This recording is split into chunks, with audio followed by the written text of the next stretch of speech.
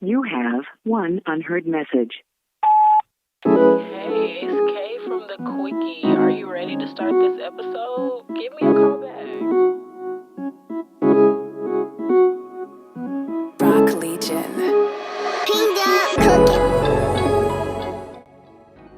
Hey guys, gals, and non-binary pals, you are watching The Chocolate Box. In today's segment of The Quickie, we have one of my mentors, a man that is very near and dear to my heart. He has broken boundaries. He has changed the game. He has paved the way for so many young Black men to come through and change the game as well. He has also coached so many of my peers who are so successful. We have Melvin Richardson. Hey, how you guys doing? He is a life changer, and I am so great that I get the privilege to host this interview with you. Even though you have a quick 5 minutes, I'm very, very, very grateful for you. I'm grateful for you coming on this show and just giving us a piece of your time and a piece of your wisdom. It's my pleasure. So your word will be overcome, and I know that's a huge word, but I want to know, what's the first thing that you think of when somebody speaks of overcoming or tells you how to overcome? When I hear the word overcome, first thing that I think is resilient. First thing I think is strong. Another thing I think is that the enemy plan didn't work. So those are some of the first things I think about when I think about overcoming. Overcoming is something that I feel that we, especially as Black people, we don't literally take the time to celebrate how far we come. We're so used to focusing on our struggles and our downfalls and the way that the world views us, in the way that we view ourselves personally, that I think we don't never take the time to say, you know what, especially as a Black man, I made it to the end of the day. I overcame every obstacle that came up my way today. So I'm going to revel in that. I'm going to be happy about that. And so I think overcoming is a word that I think as Black people, we don't really associate with ourselves because we're still in this country. We're still battling to be seen and be people. We're still asking, please stop killing us for no apparent reason. Please stop treating us away because our skin is dark. And I think we feel like because we have not reached, because that thing is still here and it is not gone, we feel like we haven't overcame anything. But I want to challenge my Black people. If racism here today and it's going to be here tomorrow and it's going to be here the day after that, still rejoicing today that, you know what, it didn't get you today. You know what? That was a miss. I'm gonna let that digest for y'all because it digested in me so much, and I feel like I know you on a personal level. I got the privilege to know you on a personal level, but can you share a moment where you really just had to overcome something? So like a lot of times we hear people talk and speak into our lives and we really don't think that they know that they're coming at a person who feels this way. Like, I feel like I can't go on and you're giving me all this energy, giving me all this life, but you don't know me. So can you share an experience where you had to personally overcome? There's so many, but I think the biggest battle I had to overcome in my life is at the age of 7, I was raped. I want to censor that word, but there's just no other way to say it.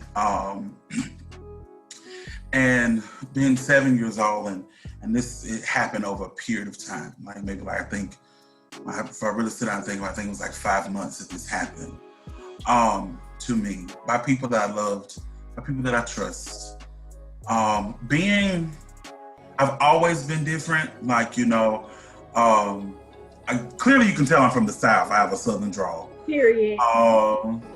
Southern boys do the best. But anyway, but clearly you can tell. But in my community, I did not speak the way that everyone spoke.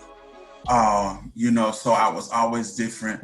I was always labeled the white boy dipped in chocolate, or the white boy that's burned and things like that. So these people befriended me and befriended me and so-called protect me. And so when the violations began to happen, it was just so much going on. It was so much woke up in my little bitty 7-year-old body that shouldn't have ever been explored until I was at least 21. So things that came out of that was I felt dirty, I felt nasty, I felt unworthy, I felt like my only position and my only meaning of being on this earth was to be used because there was no worth to me. And but as I was growing up and going through high school, doing speech in the Bay, being in musical theater, doing show choir, singing all over this, singing all over the world, without the world, but all over the country, all this kind of stuff, you would think that those things would bestow wealth in me and make me feel like, okay, then if I am giving all of this wealth, then I gotta fight for myself. But it didn't work that way. Mm-hmm. Didn't work that way. And I just remember it just getting so low. Like I hated the way that I looked. I hated my dark skin. I used to, I hated being big, I hated my body. I remember I used to take extremely hot showers so the mirror would fog up and I would race the fog because I didn't want to look at myself. And it didn't, it kept spiraling.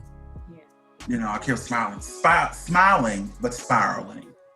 And so I just remember sitting on the edge of my bed and I just had a knife in my hand and just went across my wrist. And I remember watching the blood drip.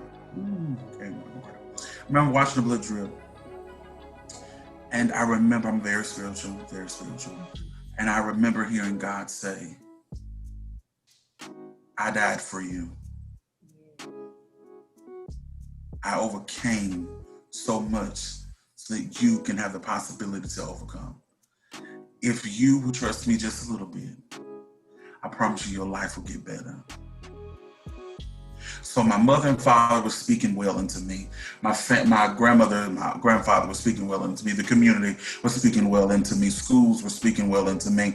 Even God himself was speaking well into me. But my overcoming process did not start until I began to see myself the way that the world saw me. It didn't start to happen for me until I saw the wealth and the worth within myself. And that's what overcoming really is. It's really looking at yourself and seeing how priceless and how you deserve a place in this world. And then you tell yourself, I'm not gonna let this thing stop me because this is what's in me. What's happening to me is not gonna stop what's in me. And so I remember when I made it up in my mind, and of course I remember I was going to therapy. Therapy works with Black people. Mm-hmm. And I was very fortunate to have a Black therapist. Yeah. So I remember she was telling me, she said, you need to get up every morning, look in the mirror and say, I love you. And I remember the first time I did it, I literally busted out laughing. I busted out laughing and I started crying because in that moment, I realized how much I did not love myself. I realized that my list of problems about myself was longer than the things that I loved about myself. And I just kept doing it. Just one morning I woke up and I looked in the mirror and I said, I love you. And I felt something. And then I began to cry again. And that was the seed bursting from the soil. And that was the start of me overcoming. And now I stand before you a proud Black man, proud in who I am, proud of everything that happened to me, every downfall, every mistake, every person that wronged me, every person that left me, every person that betrayed me, every person that was good to me. It doesn't matter what the world does to me because I have took on overcoming. I wear it as a coat. It's a coat. It's something that coats me, and I walk in it every day. I don't allow the outside entities to determine and change the way that I feel about myself. And if I can speak to young people, and if I can speak to beautiful people like you, the generation that's coming up, that's going to take up the mantle that I'm going to have to sooner or later put down because I am elderly. But if I can tell you, do not let the outside world tell you what you already know about yourself.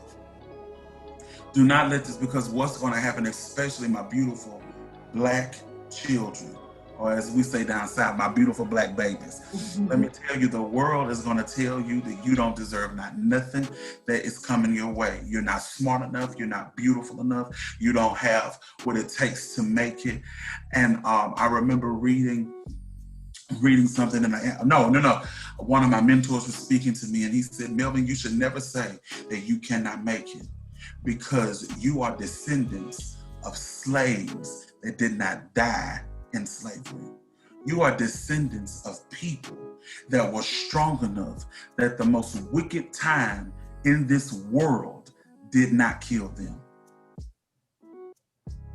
If the whip didn't kill them, if the being ripped from their families didn't kill them, if the mutilation of their bodies didn't kill them, if the demeaning and the dehumanization did not kill them, you cannot let mere words snuff you out.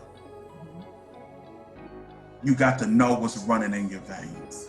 Overcoming runs in our veins. Resilience runs in our veins, just as sure as white and red blood cells do. Resilience run, overcoming runs, surviving runs, being survivors run. We are descendants of people that said the most hellish time on the earth will not kill us. And they fought for you to stand. They fought for us to sit in these homes and neighborhoods that were once all white. They fought for us to sit at George Mason University. I know it's over. They say it all the time that we are living our ancestors' wildest dreams, but that is really true. I'm going places that my grandfather, who had a 3rd grade education, has never been. My father has never been on a plane. And he's 50-something years old. So we are living and going places our ancestors never had the mental capacity to dream. So even if the world comes hard on you, touch your chest, feel your heartbeat, slow your breathing down, feel the blood coursing through your veins. And that's your ancestors saying, the strength that I left to you, is flowing through you. You may cry today, but you will overcome tomorrow. Y'all see why I choose certain people to have conversations with. Melvin basically answered the last question that I was gonna ask you. However, if there could be 3 key things that helped you in your process of overcoming that we can take away, what are those 3 things? The 3 things would be realizing I'm not who I was. I know where I'm going. And I'm allowing